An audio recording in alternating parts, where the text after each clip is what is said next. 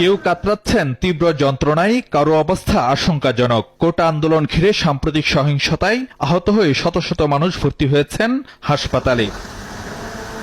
আহতদের শারীরিক অবস্থা আর চিকিৎসার খোঁজ খবর নিতে শুক্রবার বিকেলে ঢাকা মেডিকেল কলেজ হাসপাতালে যান প্রধানমন্ত্রী শেখ হাসিনা।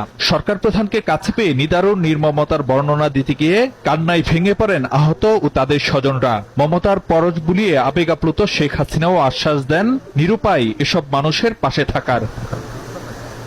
পরে গণমাধ্যমের মুখোমুখি হয়ে প্রধানমন্ত্রী জানান, দলমতের ঊর্ধ্বে কেবল আহতদের চিকিৎসাই নয়, পরবর্তীতে কর্মসংস্থানেরও ভার নেবে সরকার।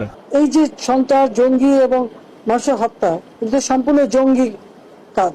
চিকিৎসার যেখানে মানুষের সেবা, সেখানেও আঘাত হানা, এর থেকে জঘন্য কাজ আর কিছু হয় না।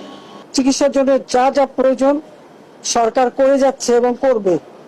চিকিৎসা শেষে তাদেরকে অন্তত তাদের আয় রুজির ব্যবস্থা যাতে হয় সেটাও আমরা করব।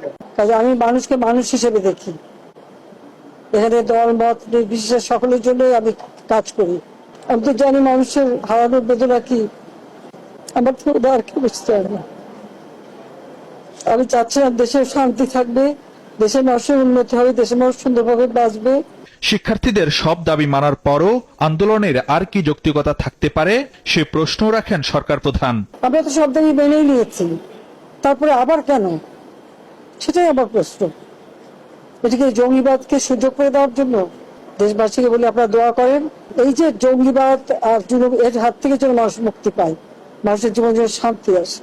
এ সময় সহিংসতার বিরুদ্ধে দেশবাসীকে ঐক্যবদ্ধ থাকারও আহ্বান জানান শেখ হাসিনা।